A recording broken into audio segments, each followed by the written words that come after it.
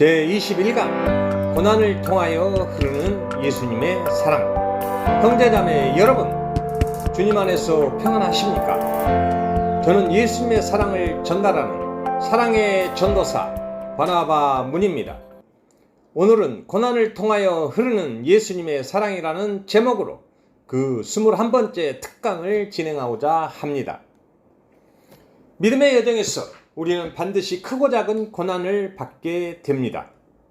참으로 아이러니하게도 예수님을 믿은 후에 우리가 기대하는 축복을 받기보다는 고난을 먼저 받게 됩니다. 그러나 고난 속에는 우리가 알지 못하는 엄청난 비밀과 신비로움이 숨어 있다는 사실을 알아야만 합니다. 고난은 새로운 탄생이요, 고난은 성장이요, 고난은 생명을 살리는 원동력이 되는 것입니다. 고난은 그 과정이 시리고 아프지만 고난의 유익과 상급이 있으며 고난은 신비한 생명력이 있습니다. 무너지지 않는 든든한 믿음은 고난으로 다져진 반석 위에 세워진 믿음입니다. 믿은 후에 바로 축복이 오는 것이 아니라 고난을 통하여 축복이 온다는 사실을 알아야만 합니다.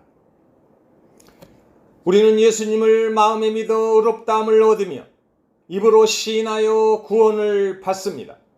그러나 그 구원을 이루는 것은 단번에 이루어진 것이 아니라 믿음의 연단을 통하여 점증적으로 완성되어 가는 것입니다. 고난은 구원받은 하나님 자녀의 믿음의 연단을 위해서 주어지며 때로는 용광로처럼 불같은 시험으로, 때로는 광야같이 막막한 시험으로, 때로는 질병의 고통으로, 때로는 극복하기 힘든 빈곤 등으로 다양하게 고난이 주어집니다. 고통과 고난 없이 얻을 수 있는 것은 아무것도 없습니다. 서양 속담에 No pain, no gain이라고 했습니다. 아름다운 진주가 탄생하는 비밀이 고통을 참아낸 결과라는 것을 우리는 잘 알고 있습니다.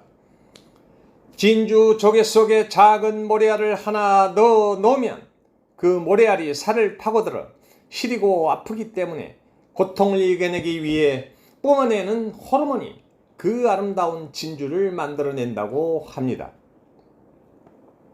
고난이 깊을수록 고난의 유익은 더욱 크고 아름다운 결과로 나타나게 됩니다. 이와 같이 세상 만사가 고난 없이 되는 일이 하나도 없으며 고난 없이는 생명을 유지할 수도 없습니다. 고난의 신비로움은 고난이 생명을 살리는 밑거름이 된다는 사실입니다. 고난의 신비를 알고 나면 우리는 입가에 미소를 띠고 기뻐하며 감사하게 되는 것입니다.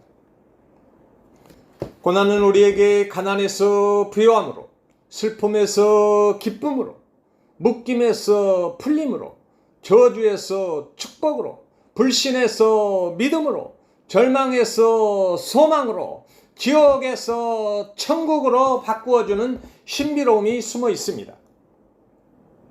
참으로 아이러니하게도 믿음, 소망, 사랑은 아픔, 고통, 환난을 겪는 고난을 통하여 성장하고 견고하게 다져진다는 사실입니다.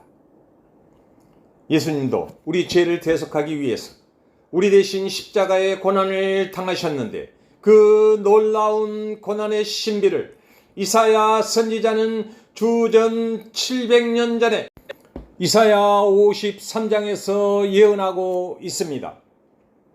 예수님이 당한 고난은 이사야의 예언대로 그대로 이루어졌으며 우리가 구원받고 온전해진 것이 예수님의 십자가 고난의 신비에 담겨 있다는 사실입니다.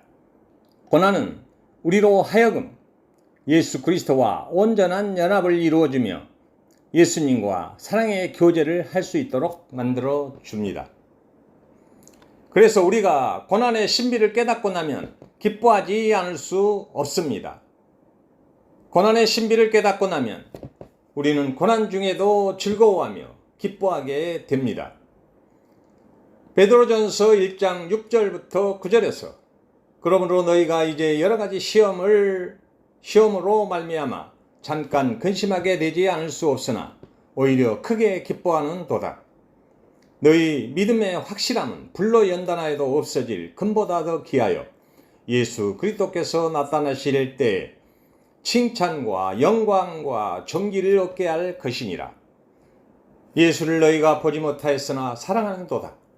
이제도 보지 못하나 믿고 말할 수 없는 영광스러운 즐거움으로 기뻐하니 믿음의 결국 곧 영혼의 구원을 받음이라 라고 말씀하고 있습니다. 고난은 마치 곤충이 허물을 벗듯이 우리의 옛 자아를 벗어버리고 새로운 자아로 빚어져가는 과정이라고 할 수 있습니다. 이 과정은 아프고 시립니다.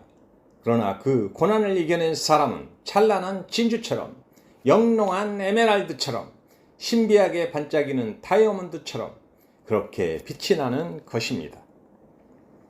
고난을 극복한 사람은 이렇게 예수 그리스도를 닮아서 그리스도의 아름다운 사랑으로 찬란하게 피어나며 세상 끝까지 그리스도의 향기를 뿜어내는 진주처럼 영롱한 그런 사람이 되어가는 것입니다.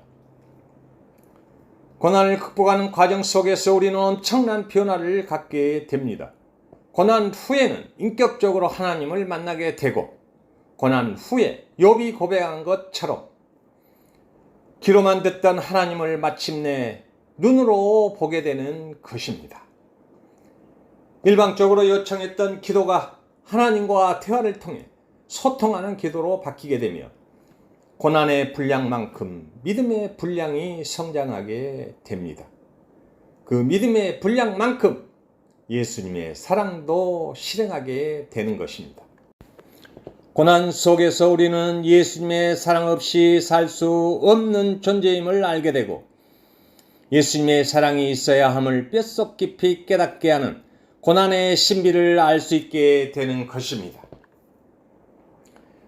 고난 속에는 신비가 숨어 있습니다. 그래서 로마서 8장 28절에서는 우리가 알거니와 하나님을 사랑하는 자 곧 그의 뜻대로 부르심을 입은 자들에게는 모든 것이 합력하여 선을 이룬다고 말씀하고 있습니다.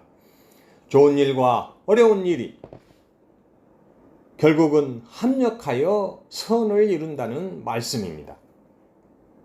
그래서 우리가 그 고난의 신비를 깨닫고 나면 기뻐하지 않을 수 없습니다. 고난의 신비를 깨닫고 나면 우리는 환난 중에도 즐거워하며 기뻐하게 됩니다. 사도 바울이 믿음의 선한 싸움을 다 싸우고 그리스도의 남은 고난을 자기 몸에 다 채운 다음 마지막 로마 감옥에서 디모데에게 강한 어조로 항상 기뻐하라고 당부하는 것을 볼 수 있습니다. 빌립보서 4장 4절에서 주 안에서 항상 기뻐하라. 내가 다시 말하노니 기뻐하라고 말씀하고 있습니다. 사도 바울이 이렇게 옥중에서도 기뻐하고 빌립보 교인들에게도 기뻐하라고 할 수 있는 원천은 예수님의 사랑을 소유했기 때문입니다.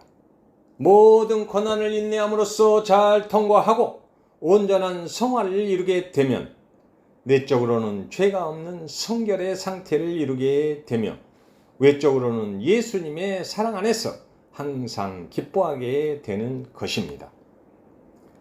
우리 눈에 이유 없는 고난으로 비춰질지라도 고난으로 인해 비로소 예수님과의 진정한 사랑의 교제를 나눌 수 있게 된다면 그것은 분명 저주가 아닌 축복일 것입니다. 고난은 반드시 극복할 수 있는 만큼 오는 것을 알아야 합니다. 사도 베드로는 베드로전서 5장 10절에서 모든 은혜의 하나님 곧 그리스도 안에서 너희를 부르사 자기의 영원한 영광에 들어가게 하시니가 잠깐 고난을 당한 너희를 친히 온전하게 하시며 굳건하게 하시며 강하게 하시며 털을 견고하게 하시리라고 말씀하고 있습니다. 반드시 고난을 통하여 체험적으로 하나님을 만나야 믿음이 더욱 굳건해지며 예수님과의 사랑도 더욱 깊어지는 것입니다. 예수님의 사랑 안에 있는 고난은 하나님과 진정으로 소통할 수 있는 계기가 됩니다. 그러므로 고난을 두려워하거나 불평하지 말고 오직 예수님과 사랑의 교제를 통하여 인내함으로써 잘 극복하여 고난을 이기고 그 고난을 감사로 바꿔야 합니다. 그 고난을 축복으로 바꿔야 하는 것입니다. 그 고난을 소망으로 바꿔야 합니다. 그 고난을 하나님 영광을 나타내는 도구로 바꿔야 합니다. 고난을 예수님의 사랑으로 승화시켜야 하는 것입니다. 고난을 통하여 진정한 예수님의 사랑을 체험하여 깨달아 알고 예수님의 사랑을 땅끝까지 아름답게 흘려보낼 수 있게 되는 것입니다. 이상으로 21번째 특강을 마치도록 하겠습니다. 형제자매 여러분, 그리스도 예수 안에서 여러분을 사랑합니다. 할렐루야.